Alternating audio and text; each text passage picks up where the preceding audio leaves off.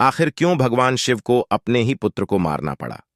ऐसा क्या हुआ कि महादेव को अपने ही पुत्र के साथ युद्ध करना पड़ा और भगवान शिव ने अपने ही पुत्र का अंत करके उसे इतनी बड़ी सजा क्यों दी? शिव ही आदि है और शिव ही अंत है। महादेव से ही संसार है और इस संसार के सभी अंश शिव से ही हैं। आज हम आपको शिव के पुत्र कहलाए जाने वाले जालंधर की कथा बताएंगे। श्रीमद् देवी भगवत पुराण के अनुसार एक बार भगवान शिव ने अपना तेज समुद्र में फेंक दिया, जिससे जालंधर उत्पन्न हुआ था, जो राक्षसी प्रवृत्ति का था। तो चलिए दोस्तों, आज का वीडियो शुरू करते हैं और कमेंट में हर हर महादेव लिखना ना भूले।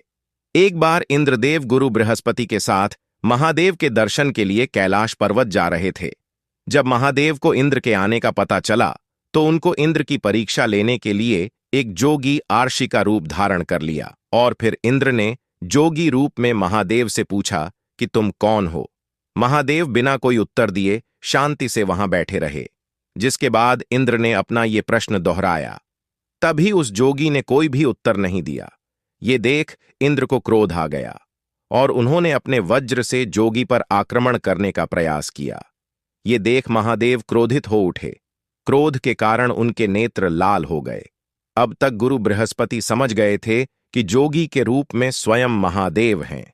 उन्होंने महादेव से विनंती की कि वो इंद्र को क्षमा कर दे। गुरु बृहस्पति की विनंती को स्वीकार कर महादेव ने अपने नेत्र समुद्र की ओर निष्पक्षता ली और इस प्रकार महादेव ने इंद्र को क्षमा किया और फिर वह कैलाश की ओर प्रस्थान कर गए। महादेव ने अपनी क्रोधाग्नि को समुद्र में डाला था।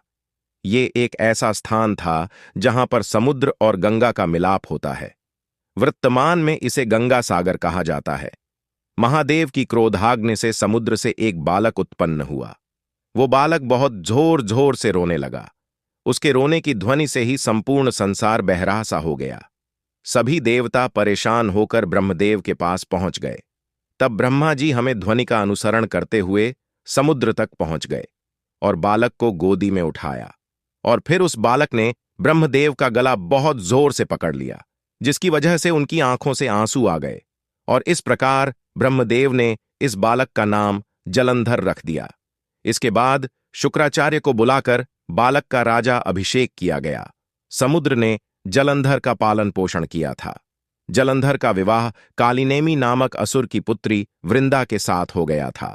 वृंदा भगवान विष्णु की बहुत बड़ी भक्त थी। आगे जाकर जलंधर राक्षसों का राजा बना था। ऐसा कहा जाता है कि जलंधर की शक्ति का रहस्य उसकी पतिव्रत पत्नी थी। वृंदा के पतिव्रत धर्म के कारण जलंधर को कोई भी देवी देवता पराजित नहीं कर सकता था, जिसके कारण जालंधर को बहुत अभिमान हो गया था। उसे लगने लगा था कि उस पर कोई विजय प्राप्त नहीं कर सकता। जालंधर ने अपने पूरे जीवन में बहुत सी गलती की, परंतु उसकी सबसे बड़ी गलती वृंदा के पतिव्रत धर्म का पालन न करना थी। वो देवताओं की पत्नी को सताने लगा था। केवल देवता ही नहीं, यहां तक कि एक बार उसने वैकुंठ पर आकर माता लक्ष्मी को भी प्राप्त करने का प्रयास किया। तब माता लक्ष्मी ने जलंधर से कहा कि हम दोनों की उत्पत्ति जल से हुई है और इसी के लिए दोनों के मध्य भाई बहन का संबंध। लक्ष्मी जी की बात सुनकर जलंधर वैकुंठ से वापस चला जाता है।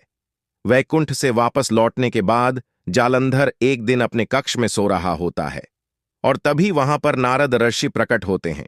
जलंधर नारद मुनि का स्वागत सत्कार करता है और इससे नारद मुनि बहुत प्रसन्न हो जाते हैं। तब जलंधर बोलता है कि मेरे पास किसकी कमी है, मेरे पास तो सब कुछ है। तब नारद मुनि जलंधर के सम्मुख कैलाश पर्वत की भव्यता तथा माता पार्वती की महिमा का बखान करने लगे और कहने लगे कि कैलाश की भव्यता के सामने यहां कुछ भी नहीं है और माता पार्वती एक सर्वगुण संपन्न स्त्री हैं। माता पार्वती एक बहुत खूबसूरत देखती ही बनती हैं। जलंधर अब नारद मुनि के व्यवहार में आकर माता पार्वती को प्राप्त करने की सोच रहा है।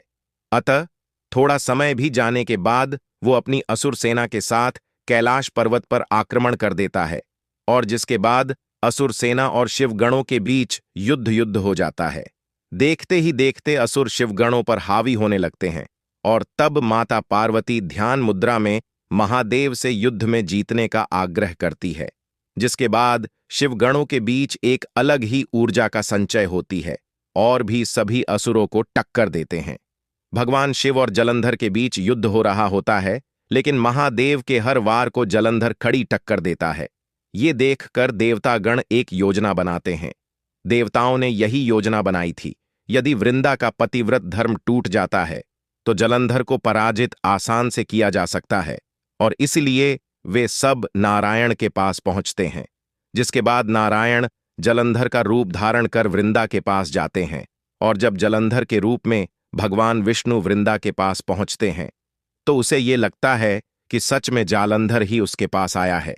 वो भगवान विष्णु के साथ पत्नी जैसा व्यवहार करने लगती है, जिससे उसका पति धर्म टूट जाता है और कैलाश पर महादेव जलंधर का वध कर देते हैं। सतीत्व टूट जाने के कारण वृंदा ने आत्मदाह कर लिया था और भगवान विष्णु को पत्थर बनने का श्राप दे दिया था। वृंदा के श्राप से नारायण पत्थर के बन गए और इससे सारा ब्राह्मण उथल पुथल हो जाता है। तब सभी देवता वृंदा से उनका शव वापस लेने की विनंती करते हैं। जिसके बाद वृंदा ब्राह्मण की स्थिति को समझ में आया, ये अपना श्राप वापस ले लेती है। लेकिन नारायण अपने किए छल से लाज्जित थे और इसका प्रायश्चित करने तथा वृंदा के शव को भी जीवित रखने के लिए भगवान विष्णु ने अपना एक पत्थर रूप प्रकट किया, जो कि शालिग्राम कहलाए। नारायण को शब्द मुक्ता करने के बाद वृंदा स्वयं सती हो गई और वृंदा के सती होने के स्थान पर तुलसी का पौधा निकल गया। नारायण ने तुलसी के पौधे को सबसे उच्च स्थान देने की बात कही और कहा कि देवी लक्ष्मी की तरह ही तुलसी भी मेरी प्रिया होगी। वो सदैव मेरे साथ रहेंगी और तुलसी के बिना भोजन ग्रहण नहीं करूंगा, और इसी कारण भगवान विष्णु के प्रसाद में तुलसी अवश्य रखी जाती है। बिना तुलसी के अर्पित नारायण को प्रसाद अधूरा माना जाता है। इस सब के बाद सभी देवताओं ने वृंदा जी की मर्यादा और पवित्रता को देखते हुए भगवान विष्णु जी के शालिग्राम रूप का विवाह उनके तुलसी रूप के साथ संपन्न हो गया। इसी घटना को याद करने के लिए प्रतिवर्ष शालिग्राम जी का विवाह तुलसी जी के साथ पूरी विधि विधान से किया जाता है। भारत के पंजाब प्रांत में वर्तमान जलंधर नगर जलंधर के नाम पर ही रखा गया है।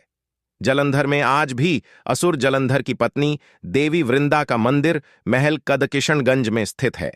मान्यता ये है कि यहां पर एक प्राचीन गुफा थी, जो कि सिद्ध हरिद्वार तक जाती थी। माना जाता है कि प्राचीन काल में इस नगर के आसपास बड़ा तालाब हुआ करता था। नगर में जाने के लिए नाव का सहारा लेना पड़ता था।